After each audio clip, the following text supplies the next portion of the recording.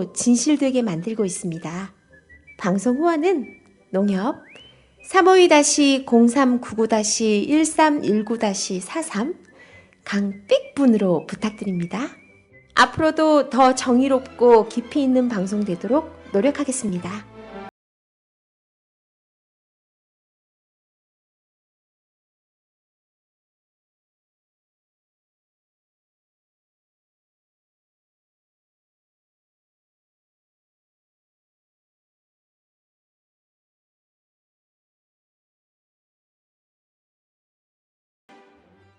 예, 안녕하세요. 개념 있는 여자들의 센수다 라디오 반민특위 2014 정의충만 선입니다. 안녕하세요. 진입니다. 네, 안녕하세요. 민주주의자 분입니다. 와! 유부녀로 돌아온 네. 여러분. 막 아메리카에서 한국으로 왔죠. 네네. 네. 그래서 어떻게 좀 오바마 좀 만나보고 이 대한반도 정책에 대해서 좀 논의 좀 해보고 왔나요? 예, 원래 그럴 생각이었는데 오바마가 한국어를 모르더라고요. 아, 그렇군요. 저는 영어를 모르고 네. 오바마는 한국어를 모르니까 뭔가 대화가 안 되겠죠. 네네. 네. 어쨌든 귀환하게 돼서 다행이라고 생각하고 네. 억류당하면 어떡하나 생각했거든요. 라스베이거스 이런 데서 깽판 부리고 막 이러다가. 제가 라스베가스 가서 인생을 바꾸려고 했어요. 우리 혁명 자금도 좀 마련하고 한 방 이렇게 터트려가지고 우리 주권방송 건물도 좀 사고 이럴 잭팟 한번 터트리려고 그랬는데 아 역시 라스베가스는 대박은 안 되더라고요. 통일이 대박이라고. 통일이 대박이지 라스베가스는 안 되더라고. 대박이 안 돼. 그래요. 아 인생 필수 있었는데 우리 건물 하나 사가지고 그죠? 제가 크게 기대하진 않았어요. 그래도 밥값은 벌었대니까 좀 기대를 해보고. 네 결혼하니까 좋네요. 아 네. 좋아요? 네. 아, 남편도 그렇게 생각하시나요? 네, 남편 그렇게 생각해요. 네. 제 별명이 남편 지어준 별명이 4시 반이에요. 4시 반에 귀가하는 여자. 4시 반인데 4시 반을 넘지 말아달라고. 남편은 4시 반에 출근한대요. 내가 참고로 들었는데. 그래서 4시 반에 귀가하고 출근하면서 서로 손뼉을 친다는. 바톤 터치를 한다는. 여보 사랑해.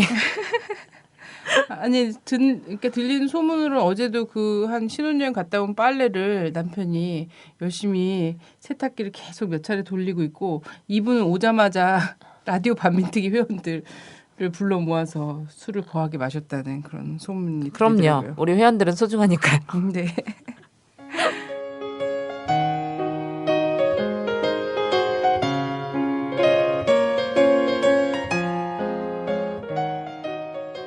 네, 광고 잠깐 드릴까요? 네. 네. 이번 또 결혼하세요. 토요일. 또 결혼해? 네. 처음 하는 거 아니야? 아니, 처음 하시는데 나 다음으로 결혼한다는 거지. 네. 깨어나는 청년님께서. 그러게요. 네. 우리의 이분이 이렇게 빨리 가실 라디오 줄 반민특위의 몰랐네요. 만인의 연인이었는데 예, 이렇게 가시게 됐네요. 2월 15일 날 우리 깨청님 결혼합니다. 축하드려요. 영호야 결혼 축하해. 영호야. 결혼 축하해. 네, 22일 날요. 라디오 반민특위 역사기행 2월 역사기행을 22일 날 해요. 모두가 주목하는 우리 역사기행입니다. 그래서 이날은요. 저희가 멀리 원래 갈 계획을 했었는데 이날이 아주 어마어마하고 굉장한 날이에요. 대단하고 네. 박근혜 취임 1년 되는 날이라고 합니다. 그래서 네. 우리 가만히 있을 수는 없다.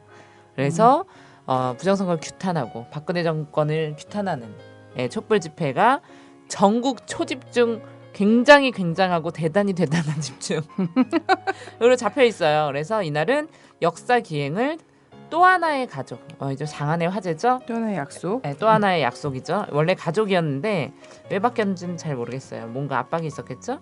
또 하나의 약속이라는 영화를 볼 거예요.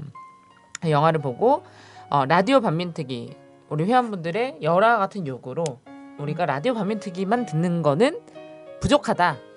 현재 시국과 정치 상황과 세계적인 이런 조류를 알고 싶다. 그래서 정기 시국 강연회를 끝내고 박근혜 취임 1년 촛불 대회로 가는 것으로 마무리하겠습니다.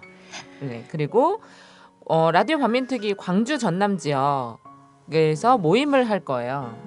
광주 전남 지역 이제 모임을 많이 했었죠. 아 정말 뜨거운 분들 아닙니까? 광주 그렇죠. 전남 지역. 그래서 호인님께서 게시판에 올렸어요. 라디오 밤미팅 카페에서 모임 하실 분들은 댓글을 달아주시면 좋겠어요. 네.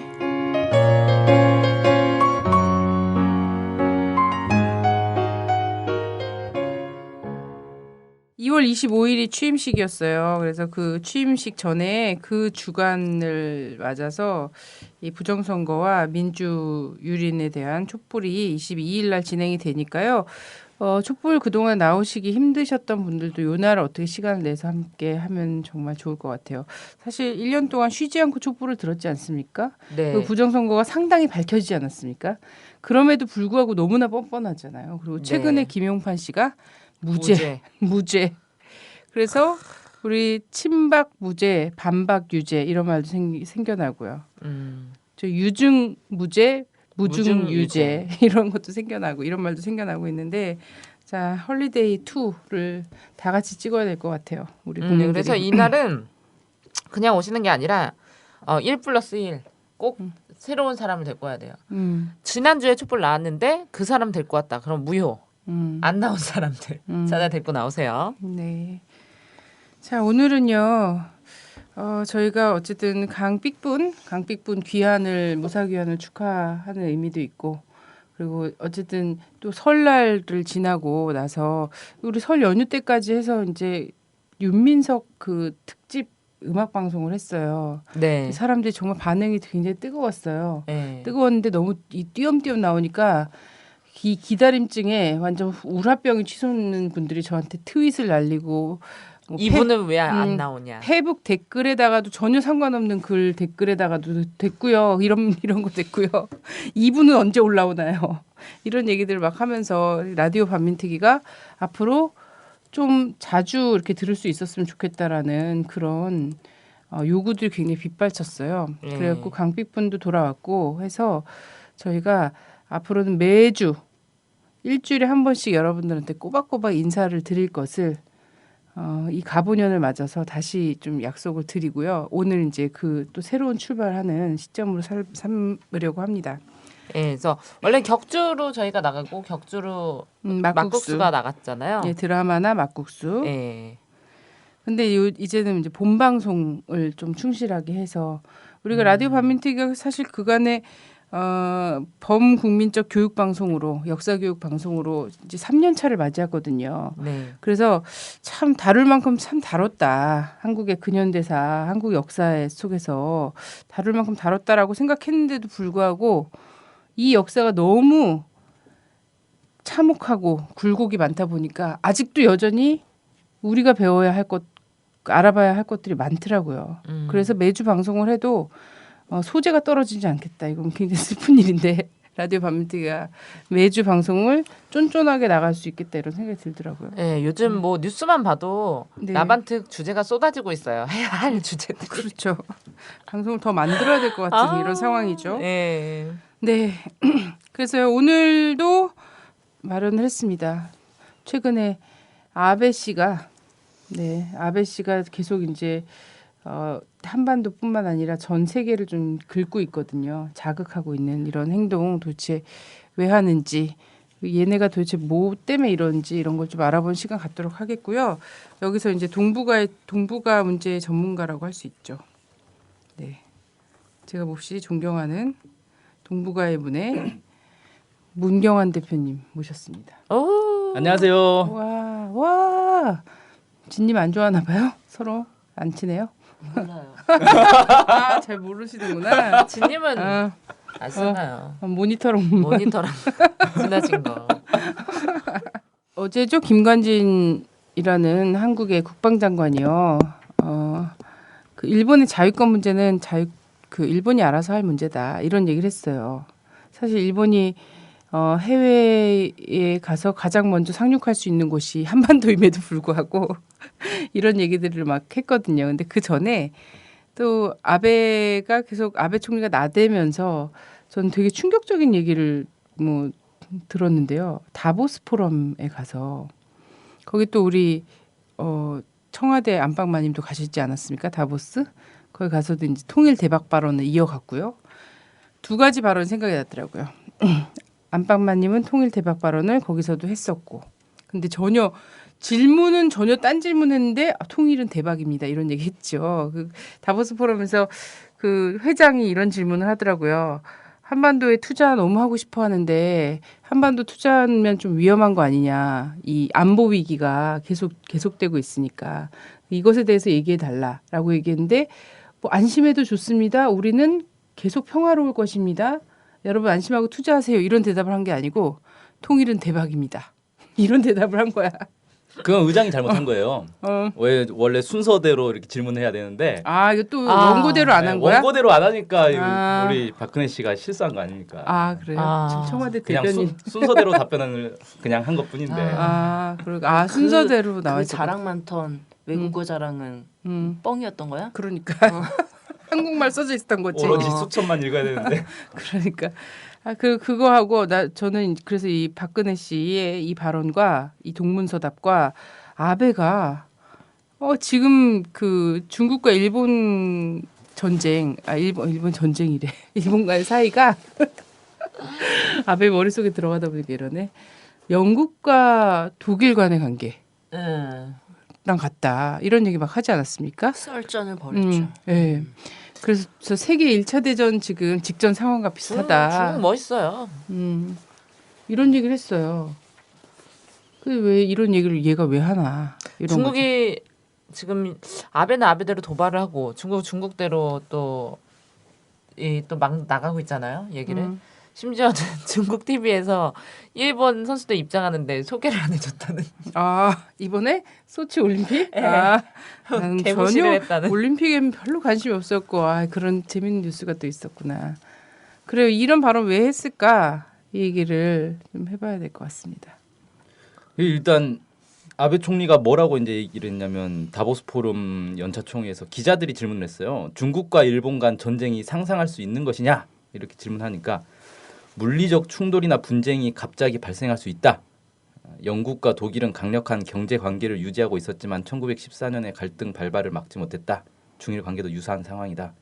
이런 얘기를 해서 마치 지금 중국과 일본 사이의 관계가 1차 세계대전 직전에 영국과 독일의 그런 관계와 비슷하다. 이런 걸 이제 암시했는데 흥미로운 게 아베만 이런 얘기를 한 게 아니라 그 헨리 키신저라고 미국의 이제 전 국무부 장관이죠. 아주 유명한 사람인데 이 사람이 2월 1일 날 독일 미넨에서 미넨 안보 회의라는 게 있습니다. 올해로 50차인데 거기서 뭐라고 했냐면 아시아의 상황이 19세기 유럽과 비슷하다. 군사적 충돌 가능성을 배제할 수 없다. 중국과 일본 간의 관계에서 우리가 해야 할 일은 두 국가 중 어느 한 국가라도 무력으로 문제를 해결하려는 것을 막는 것이다. 이런 얘기를 했어요.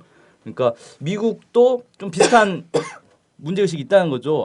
지금 아시아가 1차 세계대전 직전에 유럽과 좀 비슷한 상황이 아니냐. 이런 생각을 실제로 하고 있는 것 같아요. 일본도 그렇고 미국도 그렇고. 그렇죠. 나는 그랬고 맨 처음에 아베가 이 영국과 독일 간의 관계도 그때 그렇게 경제적으로 긴밀했음에도 불구하고 전쟁이 됐다라고 했을 때 누가 영국이고 누가 독일이라고 얘는 생각하면서 얘기하는 거야. 그러네요. 이랬거든요. 그래서 일본은 자기가 영국이라고 생각하는 거고 독일을 중국이라고 본 거죠. 전혀 전범 국가라는 그 자의식이 없어. 여전히. 그렇게 본 거는 일본이 자기는 기본 질서고 중국이 팽창주의를 앞세우면서 도전 세력이다 이런 인식을 가지고 한 거죠. 그래서 1차 세계대전의 기본적 틀에서 보면 영국이 사실 그 당시에 그 해양을 주름 잡은 사실 패권국이었잖아요. 네. 이런 상황이고 그것에 도전했던 것이 독일이었던 것. 그러면서 사실 이 영국과 독일 간의 여러 곳곳에서의 식민지 쟁탈 전들이 벌어졌던 상황들, 이 상황을 빗대서 아베가 지금의 현 상황을 이야기한 상황인 거죠. 그러니까 여기서 중국이 우리를 독일로 본 것에 대해서 대단히 분노하는 이런 현상들이 나타나죠. 영국과 일본은 섬나라는 거 말고는 공통점이 없는. 공통점이 없는 거야. 제국주의를 너무 사랑했던 한때 뭐 이런 거. 거기다 전범 국가로 자기를 독일과 비교한 중국이 얼마나 그러니까 전범 국가가. 전범 국가가 자기를 전범 국가로 모은 거니까 얼마나 황당했겠습니까? 근데 나는 얘네가 이 헬리키신도 진짜 오래가네. 그죠? 말빨 진짜 오래가요 이 사람. 사실 그때는 미 대단한 국무부에서 전략가니까 네, 뭐 미- 인정할 건 하지. 지금도 최고 수장으로서의 역할을 한다고 하더라고요. 이 그 외교 부문에서 끌고 다닌다고 하더라고요. 근데 일본이랑 미국이 인식을 같이 한 거 아닙니까? 네, 인식을 같이 하고 있어요. 뭐 여러 가지 같이 하고 있겠죠. 이 사람들이 왜 이런 판단을 하고 이런 이야기를 하는가? 분명히 무리가 되는 줄 알면서도 알매도 불구하고 이런 규정들을 하고 있단 말이죠. 이걸 좀 봐야 될 것 같아요.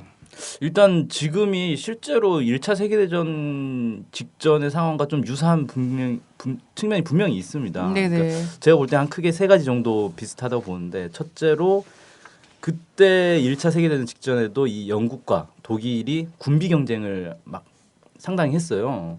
그때가 이제 영국은 해양을 딱 주름잡고 있었던 이제 해양 패권 국가였고 독일은 이제 막 통일을 소국들을 이제 통합을 해서 통일을 해서 막 이제 팽창을 하려고 하는데 팽창하려고 보니까 영국이 이미 다 차지하고 있었는 식민지들을 다 차지하고 있어가지고 그러면서 이제 영국은 독일이 팽창을 하면 결국 우리랑 충돌할 수밖에 없다라고 생각을 했고 독일도 우리가 이 성장을 해야 되는데 영국이 분명히 우리를 가로막을 것이다라고 서로 이제 이 의심을 하면서 군비 경쟁을 했던 건데 지금도 보면은 일본 군국주의와 막 바람 엄청 불고 있지 않습니까? 네. 그 아까 얘기한 집단적 자유권 문제. 미국이 동의를 해줬어요. 지지한다라고 작년이었죠. 작년 10월달에 그 2+2 회담에서 미국이 일본의 집단적 자유권을 지지한다 이렇게 얘기해줬고 어제도 그 김관지 국방장관이 그 김재현 진보당 의원이 질문을 했었죠. 그 일본의 집단적 자유권 행사를 어떻게 이제 한국 정부는 어떻게 할 거냐 그랬더니 자위권 추진 문제는 일본이 결정할 문제다. 뭐 이런 식으로. 그럴 때는 정말 내정 간섭하네. 아주 뭐 사실상 동의를 해줘버린 꼴이 된 거예요. 일본이 이거는 알아서 해라. 근데 사실 지난 해에 김장수가 방미했을 때 이미 김장수가 거기서 확인하고 온 거를 재확인해 준 거죠. 맞아요. 네. 근데 문제는 또 뭐냐면 한국 언론이 이런 이제 미국이 일본에게 힘을 실어주는 걸로 한국 사람들이 오해할까봐. 오해는 아니죠. 그러니까 그렇게 이해할까봐 너무 걱정을 해. 그러면서 뭐 그 동해 표기, 일본해 동해 표기 어떻게 할 것인가, 병기할 것인가 말 것인가 이 문제라든지 아니면 일본군 위안부 문제라든지 이런 거 있잖아요. 네. 독도 문제라든지 이런 거 관련해서 마치 한국의 뭔가를 들어주는 것처럼 하는 거를 찾아내요. 어디? 버지니아주? 버지니아주에서 뭐 병기 표기를 하기로 했다거나 뭐 이런 네, 얘기 하는 거 뉴스에 나오고 있잖아요. 저는 뭐 외교적 노력을 한 것에 대해서는 한국 정부가 높이 평가합니다. 아니, 이게 그런데- 높이는 아니고 하여튼 평가해야죠. 뭐 그렇죠. 이거에 대해서 올바른 역사 인식을 하게끔 하는데 외교의 역할이 분명히 있는 거니까. 네네. 그런데 그것이 마치 말씀하신 것처럼 미국이 정말 한국을 동맹국으로 생각해서 한국의 역사 인식과 세계적 인식이 동일함을 또 미국도 동일하게 인식함을 보여주기 위한 것이다라고 생각하지 않는 게 정답이라는 거죠. 네. 그래서 정말 큰 문제는 있잖아요. 미국의 그 국가 차원에서 일본의 자유권 문제, 집단적 자유권 문제를 그럼 니네 그래 해라. 그리고 한미일 군사 동맹 너무너무 중요하게 생각하고 이러면서 일본은 정상 국가로 이미 애초부터 취급했었고 그렇게 그 동북아 문제와 관련해서 미국의 하청 국가로서 역할을 막 다하게 하려고 했었잖아요. 근데 그런 사실 기본 그 뿌리는 그냥 놔두고 지연 말단에서 어떤 미국인이 어떤 미국 주지사가 어떤 미 하원 의원이 근데 중요한 건 미 국무부가 공식적 입장을 밝힌 게 없고 백악관이 공식적 입장을 밝힌 게 없다라는 거가 중요한 문제죠. 그걸로 비껴가려고 하는 거예요. 그래서 찾아내는 거야. 미국의 지방 신문에서도 찾기 어려운 소식을. 인터넷이 발달해서 그리고 한국의 공영방송은 그걸 막 방송을 하는 거지. 그리고 실제로 중요한 방금 얘기했던 내용은 지금 언론 보도되지 않고 있고. 그죠. 자, 그 이제 일본도 일본인데 중국도 마찬가지로 지금 군비 경쟁을 하고 있는 거거든요. 네네. 뭐 그 항공모함도 작년에 이제 취역을 했고 그다음에 뭐 스텔스 전투기라든지 아니면 탄도 미사일이라든지 이런 거 계속 끊임없이 새롭게 신무기들을 개발하고 있거든요. 그래서 중국 역시 이 군비에 상당히 투자를 하고 있다. 그다음에 뭐 중국과 일본만 그럽니까? 러시아도 그렇고 그다음에 북한도 이제 핵으로 무장을 한 거고 한국은 열심히 미국 무기 사고 있고 미국은 열심히 한반 그 태평양 지역의 핵 전력의 60%를 배치를 했다 그러잖아요. 그러니까 중동에서 슬슬 빠지면서 아시아 쪽으로 이제 군대를 모으고 있단 말이에요. 그러니까 이 한반도를 둘러싼 6개국들이 다들 이제 군비를 막 증강하고 있는 상당히 위험한 상황이다. 그래서 1차 세계 대전이 유럽에서 빵 터졌다면 이제 3차 세계 대전이라고 불러야 되나요? 아무튼 이 상당한 큰 규모의 전쟁이 불씨 하나만 가지고도 이 한반도 중심으로 해서 다들 그냥 화약을 높이 쌓아놓고 있는 상황이기 때문에 불씨 하나만 터뜨려도 어디서든지 바바박 터질 수 있다. 근데 그런 게 사실 이제 기본은 무엇 때문에 일어났느냐라는 거죠. 저는 이제 뭐 자료를 찾다 보니까 뭐 여러 분들이 많이 해놨어요, 분석을. 근데 제가 보기에는 답은 딱 하나예요. 나쁘게 말하면 땅 따먹기고 뭐 좀 전문 용어로 말하면 식민지 쟁탈전 때문에 만들어졌던 거죠. 네. 왜냐하면 당시 제국주의 시대니까 뭐 지금도 제국주의란 표현을 공식적으로 하지 않지만 그 성격과 역할이 변화된 건 전 없다고 보거든요. 여전히 공식적으로는 식민지란 표현을 하지 않지만 전쟁을 통해서 자국의 영향력과 자신의 자본을 투여하고 원료, 식민지 국가의 자원이나 원료를 뺏어가고 또 자신의 상품 팔아먹기 위한 이런 것들이 필요하기 때문에 전쟁하는 거거든요. 그 당시에도 엄청나게 그런 일들이 벌어졌던 것, 그것을 가지고 여러 국가들이 싸웠던 거. 사실 이제 독일과 영국을 중심으로 해서 각각의 동맹국이 던져 먹으려고 서로 하나씩 더 먹으려고 뛰어든 게 전쟁인 거잖아요. 그렇죠. 1차 대전이고. 그러니까 지금도 보면은 일본 경제 위기는 지금 뭐 하루 이틀 된 문제가 아닌 거고 게다가 일본은 또 이제 골치 아픈 문제 하나 더 있어요. 그 후쿠시마 핵 발전소의 사고 이후로 일본 땅 전체가 지금 사람이 살기 어려울 정도로 방사능이 오염돼 있는데 정부는 어쨌든 이걸 쉬쉬 숨기고 있지만 대책은 세워야 될 거 아닙니까? 네. 그러니까 일본 입장에서는 뭔가 이렇게 신선한 땅을 계속 노릴 수밖에 없는. 그러니까 막 그런 얘기까지 있잖아요. 막 인터넷에 떠도는 얘기가 일본이 곧 사람이 살 수 없게 된다는 거야. 일본인들이 그러면은 이제 다 가까운 한국으로 이주를 할 거다. 제주도에다 땅을 사놔야 된다. 땅값 오를 테니까 아, 부산도 있는데. 제주도, 부산 이런 데 땅을 사놔야 된다. 근데 이미 제주도에 중국이 점령한 것 같은데. 네. 아, 요즘 관광지 가면 진짜 중국인지 일본인지 뭐 하여튼 그리고 뭐 그렇게 이제 뭐, 정상적인 부동산 네. 거래로 침투하는 거면 그 자본주의적 방식으로 해서 이게 침투해 오는 것도 그것도 점령이긴 하지만 일본이 지금 그런 수순을 밟기는 굉장히 급한 상황이라는 거예요. 너무 다급해. 너무 다급한 상황인 거야. 근데 어쨌든 본인들이 굉장히 심각한 거잖아요. 새로운 땅이 필요한 지경인 거예요. 이 나라는. 그러면은 뭐 어쨌든 가야 돼. 어디 막 전쟁 말고는 답이 없죠. 전쟁 말고는 답이 없는 거예요. 이런 정말 저울박한 그 예전에 명나라로 가는 길을 터달라 뭐 이랬던 임진왜란이나 가보농민 전쟁을 때문에 들어왔던 그때 당시랑 비교해봐도 지금 일본이 가장 전쟁을 해야 될 이유가 합리적으로 가장 명백하죠. 지금이 가장 전쟁해야 되는 이유 명확한 때야. 얘네는. 아베는 내가 볼 때는 확실히 미친 사람 같아요. 네, 확실히 미친 사람 같고 전쟁을 어떻게든 일으키고 싶어 하기 때문에 계속 무리수를 두겠죠. 그렇죠? 그래서 다른 나라 지금 지도자들이나 다른 이제 여러 나라에서는 아베를 엄청나게 지금 조롱하고 예전에 이제 부시 대통령 이라크 침공했을 때처럼 조롱하고 막 풍자하고 이런 것들이 굉장히 많이 나오거든요. 근데 지금 우리 박근혜 대통령 뭐라고 발언을 하신 게 있나요? 아니 박근혜가 말로는 좀 세게 하고는 있죠. 근데 뭐라고 이 했죠? 문제도 가긴 가야 될 건데 어쨌든 말의 대응으로는 이명박이나 뭐 이런 데보다 훨씬 더 세게 하고 있는 건 사실이다. 박근혜가. 근데 그거는 립 서비스다. 말만 던지는 거다. 근데 수사적 표현이죠.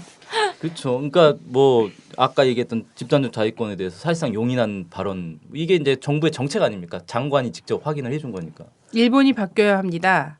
뭐 이런 걸 그냥 놔두고선 한일 관계 나가기가 힘듭니다. 이렇게 아무리 얘기해도 한국의 국방장관이 나와서 국회의원의 질문에 일본의 자유권 문제는 일본이 알아서 할 문제입니다. 이렇게 얘기한 순간 완전 그 대통령의 말이나 이런 건 다 개뻥이라는 거지. 그냥 개뻥이 되는 거예요. 그냥 그걸로.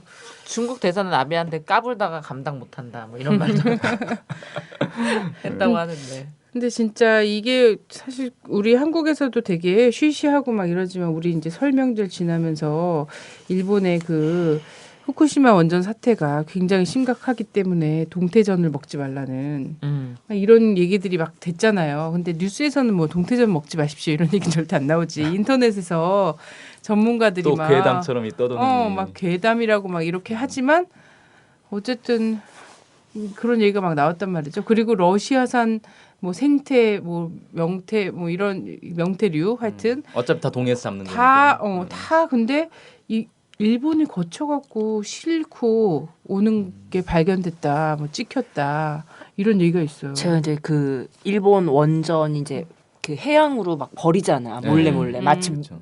비가 많이 와가지고 넘쳐 넘쳐 흘리고. 흐르는 거냐 막 이러는데 사실 막 다 밑에다 버리는 거거든. 근데 그거 시뮬레이션 봤는데 이게 태평양을 다 돌아요. 돌아서 정말 이 태평양 자체가 뻘게 상상을 하기가 어려운 지경을 만드는 이게 왜 우리 해류를 타고 해수욕도 가는 못하는 거니까 거야? 못해요. 아, 끔찍한 거야. 이게 단순히 일본이 못 살고 문제를 떠나서 전국이 못 사는 상황으로 돼버릴 수도 있는 거죠. 전 세계가 전 그냥. 세계가. 너무 끔찍하더라고요.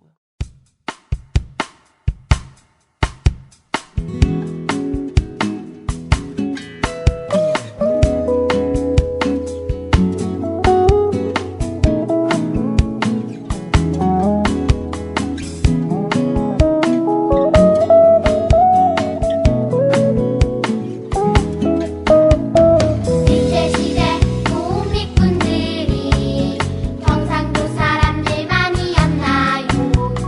월드컵 때 붉은 악마는 전라도뿐이었나요?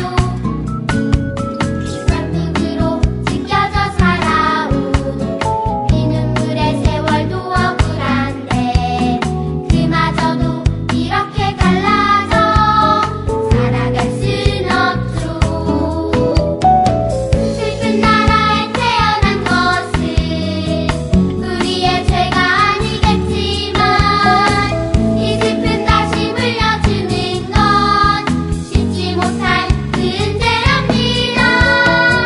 태어난 고향은 달라도 살아갈 고향은 하나죠. 사랑스러운 우리의 큰 고향 통일조국 내 고향.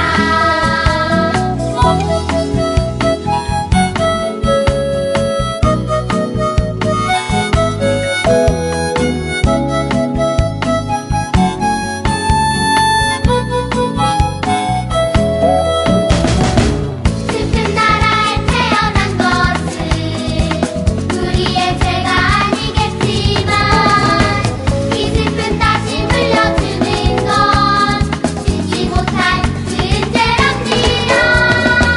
태어난 고향은 달라도 살아갈 고향은 하나죠.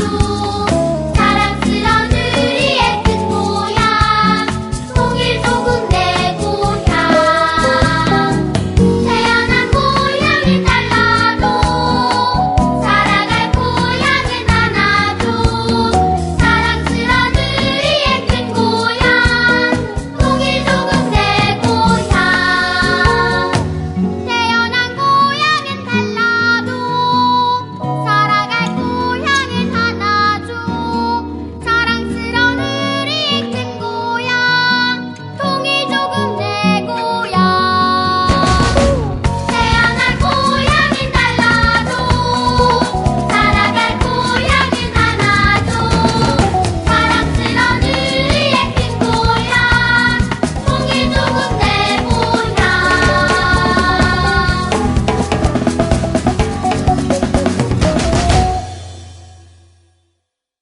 중일 간에 이런 갈등이 되게 심화되는 구조인 거잖아요. 네. 예, 뭐 이제 뭐 각각의 목적을 위해서 우린 지금 일본이 자기의 영토를 찾기 위한 또 하나의 목적상에 의해서 이제 하고 있다라는 거를 여러 예 중에서 이제 하나 들었는데 실제 이 중일 간의 이 갈등을 부추기는 세력이 전 있다고 생각하거든요. 그렇죠. 예. 사실 중국을 가장 큰 이제 이 경쟁국으로 생각하고 있는 게 미국 아닙니까? 네. 미국이 지금 중국과의 관계가 상당히 좀 미묘한 관계예요. 그러니까 이 협력은 또 협력대로 하면서 경쟁은 경쟁대로 하면서 미국은 또 잠재적 적대 국가로 이렇게 상정을 하고 있거든요. 그래서 중국이 이렇게 계속 팽창하고 확대되고 이런 거에 대해서 상당히 이 두려움과 우려를 가지고 있습니다. 그리고 또 이제 미국 같은 경우는 지금 경제적으로도 상당히 어렵고 그다음에 전 세계적으로도 정치 외교력도 실추되고 있고 군사력도 갈수록 이제 약화되고 있고 이런 이제 자신들이 쉽게 말해서 지는 해라는 거죠. 서쪽에 지는 해인데 이걸 이제 이 가리고 싶고 또 이 안 지도록 지구의 자전을 멈춰야 안 지는데 그걸 이제 이 안 지도록 막고 싶은 과학도예요. 거예요. 카이스트 지구가 출신이거든요. 멈추면 다 죽는 거야, 근데. 각도 이전에. 그래 이걸 아니 예. 소용없어요. 이 미국은 정도 얘기해. 자신들이 아직도 건재하다 이걸 이제 보여주고는 싶은 거예요. 근데 이게 자신이 건재하다는 걸 보여주려고 하는데 사실 이제 자력으로 못 하는 거잖아요, 그렇죠. 지금. 예. 뭐 이제 한반도에서 예를 들어 북한이 핵을 개발했는데 아무것도 못 하고 있지 않습니까? 전 세계 다른 나라들이 아니 뭐냐 누구는 핵 개발했는데 끽소리 못 하고 왜 다른 나라들 핵 개발 못 하게 하느냐? 이래 버리면 이제 할 말이 없어지는 거거든요. 그러면 NPT 총회 할 때마다 난리가 납니다. 왜 핵 보유국들은 왜 자기들 핵 감축도 안 하면서 우리한테 핵 못 가지게 하느냐? 맨날 난리 나거든요. 근데 이제 미국 입장에서는 이걸 어떻게든 이제 억눌러야 되는데 경제가 어려우니까 이번에 이제 키리조를 훈련하는데 항공모함도 못 오고 돈 없어서 못 오는 거거든요. 쉽게 말해서. 평화를 사랑해서 못 오는 게 아니고요. 아 그건 아니라고 봅니다. 아니, 북한의 압력에 의해서 못 오는 거 아니야? 아 그런 측면도 있죠. 아니 그래갖고 이번에 좀 지금 미국이 어렵긴 어려운 것 같아요. 왜냐하면 방위비 분담금으로 뜯어갈 만큼 뜯어갔잖아요. 뜯어냈잖아. 근데도 이번에 키 리졸브 그걸 보니까 그 작전 지휘 훈련은 늘렸죠. 인원이 늘어났어요. 별로 돈이 안 들어. 그런데 그 야외 기동. 야외 기동 훈련은 인원을 줄였더라고. 줄였더라고. 근데 뭐 아, 나 변명에 옹색해. 내가 뉴스를 봤는데 사실 이제 미국이 시캐스터로 인해서 예산 부족으로 못했고 한국군은 또 되게 기동훈련이니까 이 독수리 훈련은 한국군도 같이 참여하잖아요. 근데 AI 때문에 또 방역 그렇지. 나가느라고 또 못. 방역에 투여해야 돼서 병력이 쫄아대는 거야. 근데 정말 웃겨가지고. AI가 평화를 지키고 있습니다 지금. 진짜 방역으로 더 많은 그래서 미국이 자력으로 지금 못하는 걸 동맹국을 앞세워서 하고 있는 건데 그치. 그게 지금 이제 가장 대표적으로 표출되고 있는 게 일본인 거잖아요. 그렇죠. 일본이 지금 어떻게 펼치고 있는지 이야기를 좀 더 해주시죠. 뭐 잠깐 나오기도 했지만. 그러니까 지금 미국 입장에서는 미국의 기본 구상 그거예요. 사실 50년대부터 계속 있어왔던 건데 한미일 동맹을 통해서 삼각 동맹을 통해서 이 동북아 지역에 자신들의 영향력을 유지하겠다, 강화하겠다라는 거거든요. 그러면 미국이 이제 총 지휘를 하는 거고 그 다음에 그 밑에 일본이 있는 거고 한국은 뭐냐면 대륙에 붙어 있잖아요. 한국은 그러니까 육군만 키우는 거예요. 그래서 한국은 총알바지 내세우고 일본이 이제 자위대를 키워서 해군, 공군 이런 것들 이제 보강하고 미국은 총 지휘를 하고 이런 걸 이제 하고 싶은 거거든요. 근데 거기서 이제 막히는 게 일본이라는 거죠. 왜냐하면 일본은 패전국이고 전범국이기 때문에 군대를 가질 수 없게 돼 있어요. 평화헌법에 의해서 군대를 가질 수 없고 그 어떻게 돼 있습니까? 헌법 제9조 교전권 정규군 보유 금지, 그 자국 내 방어만 수행한다는 전수방위 원칙 이런 것들이 있어가지고 자위대도 정식 군대는 아니잖아요. 그렇게 돼 있고 그 다음에 자위대가 사실 해외에 파병되는 것도 이건 헌법 위반 논란이 있거든요. 네네. 그러니까 뭐 평화 유지군이다 이런 식으로 무마하면서 가고 있는 건데 그런 이제 해외에 나갈 수도 없고 그 다음에 공격을 받았을 때 방어만 하는 그런 이제 성격을 가지고 있는데 이렇게 되면 사실 전쟁을 하기가 상당히 제약 조건이 많다. 그래서 일본이 오래전부터 이걸 깨기 위해서 무슨 적극적 평화주의, 적극적 뭐 교정권 뭐 교정권 뭐 확보 뭐 이런 것들을 계속 추진을 해왔고 미국도 처음에는 이걸 이제 평화헌법 사실 미국이 만들어준 거거든요. 미 군정이 평화헌법을 만드는 건데 자기들이 만든 이 평화헌법을 자기들 손으로 조금씩 이 깨고 있는 거예요, 원칙을. 그래서 뭐 해석 개헌이라 해서 헌법을 그냥 해석을 다르게 하면 개헌하는 것과 똑같은 효과를 낼 수 있다. 이런 식의 정말 절묘한 수를 만드는 거죠. 그렇게 해서 이제 슬슬 이 일본도 다른 나라가 공격할 것 같으면 먼저 공격할 수 있는 권리를 달라. 뭐 이런 것들을 미국이 이 가이드라인을 조금씩 넓혀주면서 군비를 확장할 수 있도록 도와준 거고, 최근에 제가 재밌는 기사를 봤는데 미국이 일본에 맡겨놓은 플루토늄을 반납하라는 요구를 했다는 거예요. 근데 그 플루토늄이 50톤인가 뭐 상당히 많은 양이에요. 어마어마한 양인데 이걸 갑자기 왜 반납하라고 했을까? 플루토늄은 핵무기로 금방 만들 수 있는 그쵸. 거잖아요. 그럼 일본이 플루토늄을 가지고 있으면 핵무기를 만들 수 있잖아요. 네. 근데 그동안에는 문제가 안 됐는데 지금 이걸 반납하라고 하는 이유가 일본의 이제 군국주의화를 본격적으로 막 부추기고 있는데 일본 애들이 군국주의화를 하는 김에 우리 플루토늄인데 핵무기 만들자라고 해서 핵무기를 만들면 그건 미국이 싫은 거예요. 자기들이 통제할 수 있는 군국주의를 하고 싶은 거죠. 근데 일본이 핵무기를 만들어 버리면 그때부터는 일본과 미국이 동등한 힘을 갖게 돼 버리니까 그건 못 봐주겠다. 그러니까 플루토늄 일단 내놓고 나머지로 무장해라. 이렇게 지금 요구를 하고 있는 거다. 뭐 이렇게 볼 수 있겠고, 어쨌든 미국 입장에서는 자기들 돈을 적게 들이고 일본을 무장시켜서 일본이 군국주의 막 비대해지면 그 힘으로 북한도 견제하고 중국도 견제하고 러시아도 견제하고 다 할 수 있다. 이렇게 생각하고 있고, 거기에 이제 더 중요한 거는 대륙에 붙어 있는 이 주한미군 기지가 있는 이 한국군과 한미일이 딱 협동을 해야 되는데 여기서 이제 가장 걸림돌이 한국 국민들의 이 반일 감정이죠. 반일 감정을 어떻게든 무마시켜야 이 한일 간의 군사 협력을 맺을 수가 있는데 이명박 정부가 임기 마지막에 한 건 하려다가 실패했잖아요. 네. 그 한일 군사정보보호협정. 그렇죠. 그거 날치기로 통과하려다가 그것도 이름도 군사를 싹 빼놓고 그냥 정보보호협정인 것처럼 날치기 하려다 들통이 나가지고 철회를 하긴 했는데, 그러니까 아직도 쉬운 문제는 아니라는 거예요. 한일 간의 군사 협력이. 근데 이거를 앞으로 슬슬 추진하지 않겠나. 그래서 지금도 근데 다 하고 있잖아요. 그렇죠. 네. 그러니까 겉으로는 마치 무슨 독도 문제니 위안부 문제니 이런 거 가지고 막 싸우는 것처럼 서로 한일 관계가 냉랭한 것처럼 보여도 속으로는 남수단에서 자위대한테 총알 1만 발 받았다가 거짓말에다 들통나고 뭐 이런 것도 있었고. 저는 이제 이 아베가 이 적극적 평화주의를 내세우잖아요. 네. 이 적극적 평화주의가 마치 정말 평화를 사랑해서 평화를 실현하고자 하는 양 이렇게 얘기하지만 실질적으로는 여기는 군비 확충에 대한 의도가 분명히 있고 교정권을 가지려고 하는, 이게 이제 집단적 자위권의 한 표현인 거잖아요. 예시고. 네.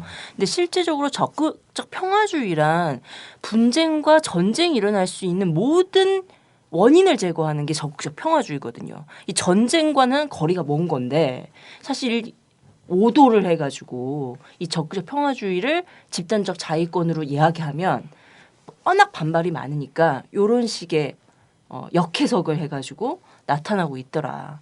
이런 게 저는 이 적극적 평화주의의 문제점 이런 걸 좀 잘 인식했으면 좋겠다 이런 생각이 들고요. 실제 이 일본이 군사대국화, 뭐 이제 군국주의 마차를 마구 몰고 있는 상황인 거잖아요. 여기에서 이제 하나의 핵심이 바로 이 NSC 건설한 거 이런 부분이고, 비밀보호법 이거 통과시켰고, 이 나머지 하나가 이제 집단적 자위권인데, 제가 일정을 보니까 어찌됐든 지금 해석 변경이라는 헌법, 왜냐하면 3분의 2 이상이 찬성을 해야 되는데 실제 이게 가능치 않으니까 개헌은 어렵죠. 예, 개헌이 어려우니까 말한 대로 해석을 바꿔가지고 자위권을 인정하는 양 이렇게 이제 펼쳐가는데, 문제는 이걸로 끝나는 게 아니라 이후에 자위대법을 바꾸는 문제죠.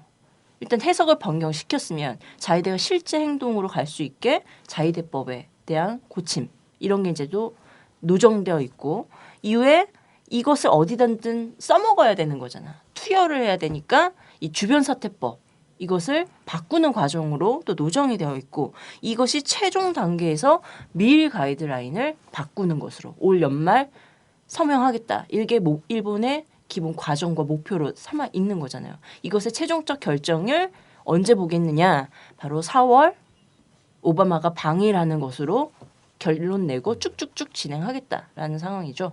그렇죠. 네. 근데 이제 참 재밌는 게 미국은 자기들 중심으로 해서 이 한미일 동맹을 만들어서 한반도 이 동북아 지역 질서를 잡고 싶은데 일본은 거기에 순순히 또 따를 생각은 없는 거거든요. 일본도 나름대로 왕년에 잘 나가지 않았습니까? 그렇죠. 뭐 대동아 공영권 뭐 이런 거 하면서 그래서 미국과도 한 맞짱을 떴던 나라이기 때문에 자기들이 순순히 미국 말 잘 듣는 그런 이제 이 강아지로 살고 싶진 않은 거예요. 아베의 목표는 그게 하나 있죠. 그래서 언젠가는 미국에 이제 반기를 들고 미국과 이제 한장 뜰 건데 그 이제 거기서 저는 나타날 수 있는 문제 중에 하나가 이 독도 문제가 될 수도 있다. 왜냐하면 미국 입장에서는 한일 간의 분쟁이 없이 그냥 사이좋게 지내면서 군사 협력을 하는 걸 바라지만 일본 입장에서는 좀 언젠가는 자신들이 대륙에 진출해야 되고 대륙에 진출한 데서 바로 관문이 한반도고 한반도를 이 쳐들어가기 위한 가장 좋은 명분은 독도가 자기 땅이라 우기면서 독도를 가지고 분쟁을 일으키는 거고 그래서 분명히 독도를 노릴 거다. 지금 교과서 지침을 다 독도를 자국 영토로 표기하도록 그렇게 해놨잖아요. 지금 일본의 젊은이들에게 독도가 원래 우리 땅인데 한국이란 나라가 강제로 지금 점령하고 있다. 이렇게 심어주면 이 젊은이들이 이제 청년들이 몇 년 지나면 이제 다 군대에 가가지고 자위대가 돼가지고 아니 저기는 우리 땅인데 왜 한국이란 나라가 점령하고 있냐? 우리 되찾자. 이런 생각을 심어주겠다는 거죠. 근데 이런 상황 속에서 좀 우리나라가 좀 정말 국민을 생각하고 머리를 잘 쓰면 또 굉장히 유리한 그런 조건이나 입지를 가질 수도 있을 것 같은데 그렇지 않나요? 그렇죠. 근데 머리를 이제 워낙에 노예 근성이라 그래야 되나요? 이게 딱 박혀 있었고 이게 어떻게 보면 우리한테 유리한 것에서의 그 자의식에도 우리의 개념에 없어요. 우리 개념이 아베와 오바마와 약간 동질적 자의식이 형성돼 있어. 본인들이 그들의 정말 종복으로서 아주 충실한 사고를 하고 있거든요. 문제지 문제야. 아니 그리고 또 이제 최근에는 그런 생각도 들더라고요. 그래서 얘네가 어쨌든 뭐 자위대를 해외 참전 자체를 이제 하려고 하는 거잖아요. 자기 나라 안에서 군대 갖고서 뭐 전두환처럼 뭐 후쿠시마를 쑥대밭을 만들어 놓을 것도 아니고 그렇지 않습니까? 응? 걔네가 필요한 건 사실상 해외용 군대가 필요한 거다. 그걸 그냥 애타게 지금 바라고 있는 상황인데 얘네들이 사실상 그리고 지금은 이제 결국은 중국하고 일본하고 붙어도 이렇게 정말 물리적 충돌이 벌어져도 그렇고 그리고 또 하나 이제 일본이 굉장히 부담스러운 존재인 조선이잖아. 조선. 북과의 대결에서도 문제는 누구랑 붙든지 간에 한반도는 전쟁터가 될 것 같다라는 거지. 그렇지 않습니까? 그렇죠. 예전에 청일전쟁, 러일전쟁 전부 조선에서 치러냈던 것처럼 누군가가 어디서 전쟁이 튀든 불똥이 튀든 결국 한반도가 전쟁터가 되는 거는 면치를 못한 상황이라는 거예요. 그러면서 이 일본이 자유권을 획득하고 나서 그런 이름으로 가장 먼저 기어 올라갈 대륙으로는 뭐 얘가 갑자기 오스트레일리아를 어떻게 기어 올라가 보겠다 이렇게 하진 않을 거 아닙니까? 가장 먼저 기어 올라갈 거는 결국 한반도죠. 네. 그러니까 독도에서 점 찍고 그다음에 상륙하고 싶은 곳은 조선 반도라는 거예요. 독도는 그냥 그게 시비거리야, 시비거리. 본격적 진입은 한반도로 바로 올 거죠. 네네. 그래서 그렇게 되면은 그러면 이게 정말 미국의 바람하고 딱 맞아 떨어지는 거거든요. 그래서 실제 이제 이런저런 대결과 이런 건 하되 평양 점령은 일본 자위대한테 맡기자 이런 거 있잖아요. 이런 그림을 그리면서 되게 안심하고 이 지금 정세를 몰아가는 게 아닌가 이런 생각까지 저는 막 들어요. 그래서 전 이런 생각이 들죠. 이 갈등을 봉합하기 위한 무진장한 압력이 들어오잖아. 네네. 이 한일 간의 과거사, 역사 문제, 위안부 문제, 영토 문제 이거 몇 개 표기해 준 양, 몇 개 지역에서 교과서에 실어준 양, 위안부의 역사는 너희 말이 맞다 이런 인정 정도 해주고 음. 자 이렇게 해줬으니 좀 대화하고 좀 갈 길 가자. 그건 그거고. 이 정도 해줬으면 됐지. 이러면서 압력 넣고 있잖아요.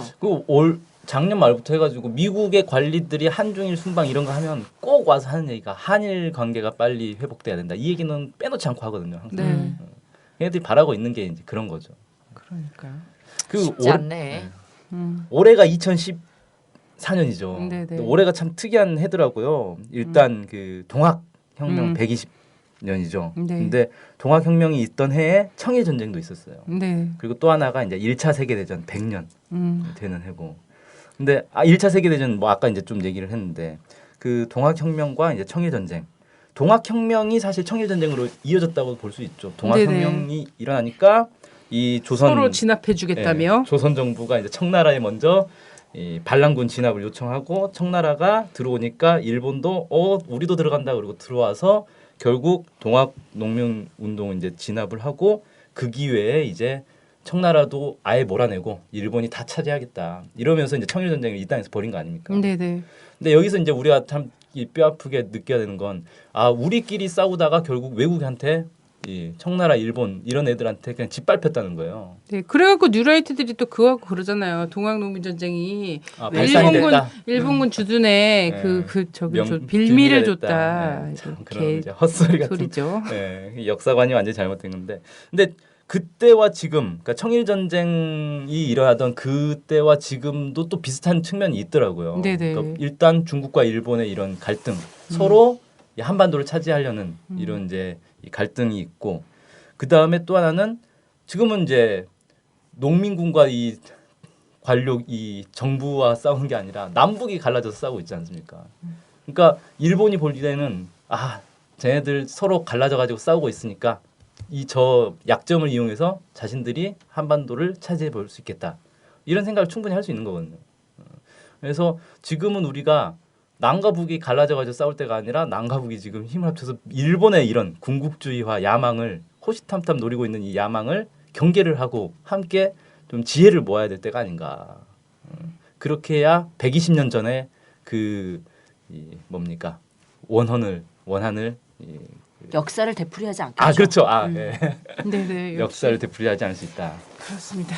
그 얘기는 이제 대안 관련해서는 조금 더 나중에 좀 더 자세하게 얘기해 보도록 하고요. 어쨌든 이제 독도라는 게 계속 던져지고 있잖아요. 그래서 박정희나 김종필 같은 경우는 차라리 폭파시켜 버리자 이런 얘기까지도. 가능이 똥밖에 없더라. 주권방송을 아끼시는 해내외 시청자 여러분 반갑습니다. 주권방송이 평화통일과 주권회복을 위한 진보 언론의 사명을 안고 출범한 지 3년이 다 되어갑니다. 지난 3년간 왜곡된 역사의 진실을 알리고 민족 번영의 길을 모색하기 위해 열심히 뛰어왔습니다. 주권방송에 보내주신 결의의 성원과 격려에 감사드립니다. 앞으로도 역사의 진보와 민족의 통일을 향해 쉼없이 달려가겠습니다. 주권방송이 더 힘차게 달리기 위해 해내외 동포들을 주권방송의 새로운 주주로 모십니다. 참여 방법은 주권방송 홈페이지 615tv.net에서 주식 인수하기 배너로 들어오셔서 인수증을 내려받아 작성해서 보내주시면 됩니다. 해내외 동포분들의 적극적인 참여와 성원으로 평화통일 진보 언론답게 더 열심히 일하겠습니다. 고맙습니다.